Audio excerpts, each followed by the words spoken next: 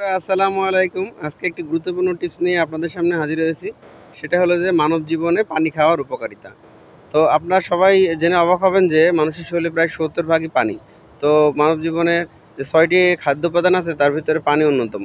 তো পানির যদি আমরা ঠিকমতো না খাই তাহলে আমাদের শরীরের কিডনি বিকল হওয়া শুরু করে সঙ্গে শুরু করে আমাদের জীবন বিপন্ন হতে পারে। তো তাই আমরা বেশি পরিমাণ পানি খাবো। আমাদের শরীরে প্রায় একটি সুস্থ মানুষের ২.৫ থেকে ৩ লিটার পানি খাওয়া প্রয়োজন। যদি যারা পরিশ্রম করে, কায়িক পরিশ্রম করে তাদের আরও বেশি পরিমাণ পানি খাওয়া প্রয়োজন।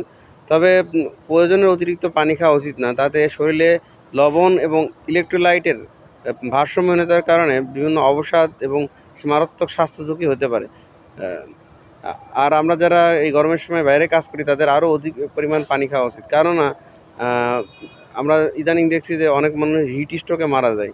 তো যারা কায়িক পরিশ্রম করে শিশু এবং বৃদ্ধ তাদের যদি না যায় ভালো এবং আম যদি তারা বাইরেও যায় তাও বেশি ছাতা ব্যবহার করবে এবং বেশি পানি খাবে।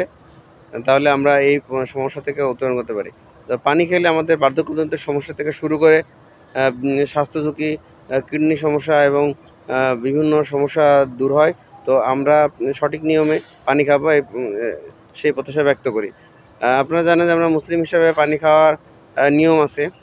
যে আমরা আমাদের নবী করিম সাল্লাল্লাহু আলাইহি ওয়াসাল্লাম ৩ নিঃশ্বাসে পানি খেতে বলেছেন এবং দাঁড়িয়ে পানি খেতে নিষেধ করেছেন।